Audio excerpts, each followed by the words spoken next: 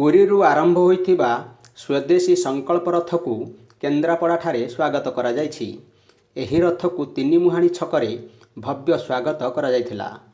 ଏକ ପଥପ୍ରାନ୍ତ ସଭାର ଆୟୋଜନ କରାଯାଇ ବିଦେଶୀ ବସ୍ତୁର ବ୍ୟବହାର କରି ଦେଶୀୟ କାରିଗର, ଶିଳ୍ପୀକାର, ଦେଶୀୟ କ୍ଷୁଦ୍ର ଓ ମଧ୍ୟମ ଶିଳ୍ପର ଆର୍ଥିକ ସ୍ଥିତି ସୁଦୃଢ଼ କରି ଦେଶର ଅର୍ଥନୀତିକୁ ବଢ଼େଇବାର ଆହ୍ୱାନ ଦିଆଯାଇଥିବା ସହ 2047 ମସିହା ସୁଦ୍ଧା ପ୍ରଧାନମନ୍ତ୍ରୀ ନରେନ୍ଦ୍ର ମୋଦିଙ୍କ ବିକଶିତ ଭାରତ ଗଢ଼ିବାର ସ୍ୱପ୍ନକୁ ସାକାର କରିବାରେ ଗୁରୁତ୍ୱ ଦିଆଯାଇଥିଲା।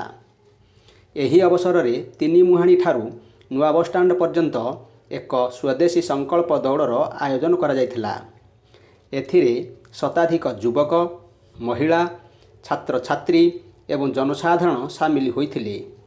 ରାସ୍ତାର ଉଭୟ ପାର୍ଶ୍ୱରେ ଥିବା ଜନସାଧାରଣଙ୍କୁ କରପତ୍ର ବଣ୍ଟନ କରାଯାଇ ସ୍ୱଦେଶୀ ବସ୍ତୁ ବ୍ୟବହାର ଓ ଦେଶ ପ୍ରତି ଏହାର ପ୍ରଭାବ ବିଷୟରେ ସଚେତନ କରାଯାଇଥିଲା।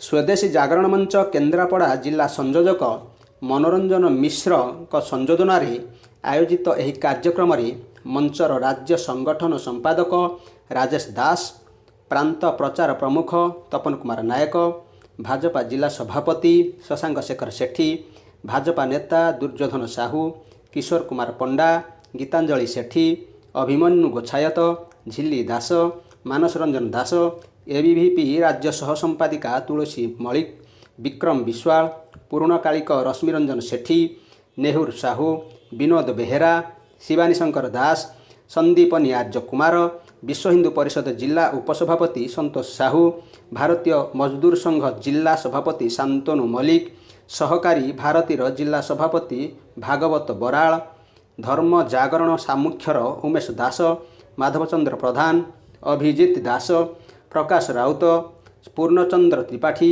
ପ୍ରସଞ୍ଜିତ ଦାସ, ଅନନ୍ତ ଗୋପାଳ ସାହୁ ପ୍ରମୁଖ କାର୍ଯ୍ୟକ୍ରମକୁ ପରିଚାଳନା କରିଥିଲେ।